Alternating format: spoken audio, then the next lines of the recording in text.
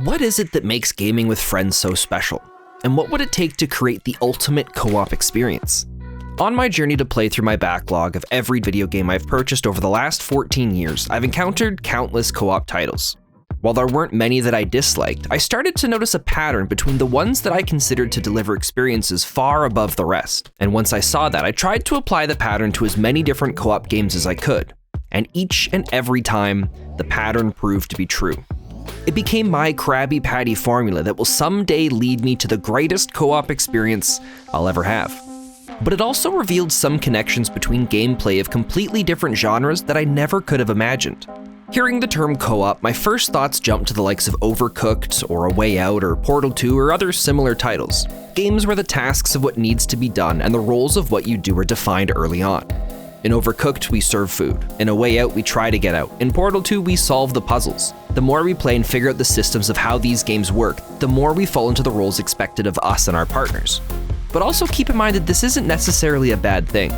Some of my most memorable co-op experiences came from games that fit this category. This structure allows for the foundations of robust story-driven narratives that feel propelled forwards by the actions we take throughout the game. It also allows for calculated game design where challenges and hurdles are specially designed and placed to optimize our playing experience.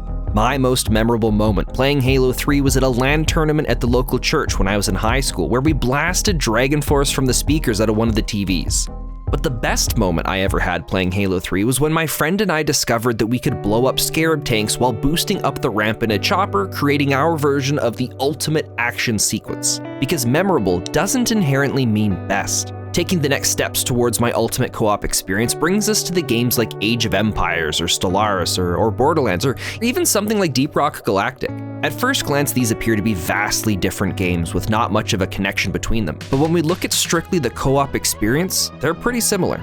In these games, co-op has become optional. You don't need it to enjoy the game, but it adds to the overall experience. Along with that, while these games still have defined goals, they also bring a lot of choice into the equation. In Age of Empires or Stellaris, we could play through each game 100 different times with completely unique and different experiences. We'd build things in different orders and locations, no battles will have the exact same outcome or occur at the same time with the same units. It's also the same thing for games like Borderlands or Deep Rock Galactic. We have the choice of how we build our characters, the order we complete quests, at least for the most part, and how we approach the challenges that show up. Maybe we go in guns blazing, or we sneak around, or turn around and go somewhere else completely. In all four of these examples, we're given the choices of how, what, and when we play together. But we don't get the ultimate and final choice of why. That's been decided for us. So you'd think that the next step would be into the likes of an MMO, where arguably a lot of them give us the how, what, when, and a pretty darn vague and arbitrary why.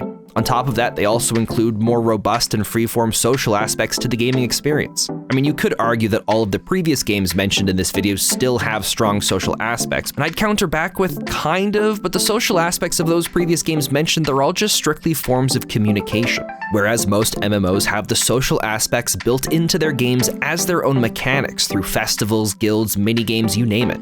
So no, MMOs aren't the next step, because the next step after, it's actually missing.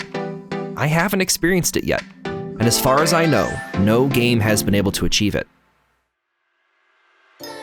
The closest we've made comes from the likes of Rust, Valheim, Ark, Enshrouded, Minecraft. Even Stardew Valley can reach in this direction more so than others. And it all boils down to the freedom of what we can do. The ultimate sandbox experience. The kind of game that brings in the social aspects of some of the top MMOs, and then adds it to a game where absolutely anything can happen, where there's no systems or rules that define who your friends are or what they can or can't do. Because only in those moments can I truly have that ultimate co-op experience that I'm looking for. Half a year ago, I started the journey of cataloging my video game collection. And over these last few weeks of slowly adding in my Switch titles, I came across a ton of these co-op games, and it was through seeing these games that sparked the question. So I'd like to turn this back around to you. What's the closest you've ever had to your ultimate co-op experience? And what's your most memorable co-op moment? I believe that both of your answers will come from entirely different games. Over the month of January, we set the theme of 3D platformers as the focus of games to play. And now that we've made it into March, it's time to change themes. Through all of your comments and suggestions, the new theme for this month is going to be choices. So you can expect a lot of the upcoming videos this month, as well as the games that are played, to reflect the idea of making choices in video games. as well as for anyone interested in our gaming franchise experiment that I proposed in this video here from 2 weeks ago. You'll be able to hear a lot more about that next week.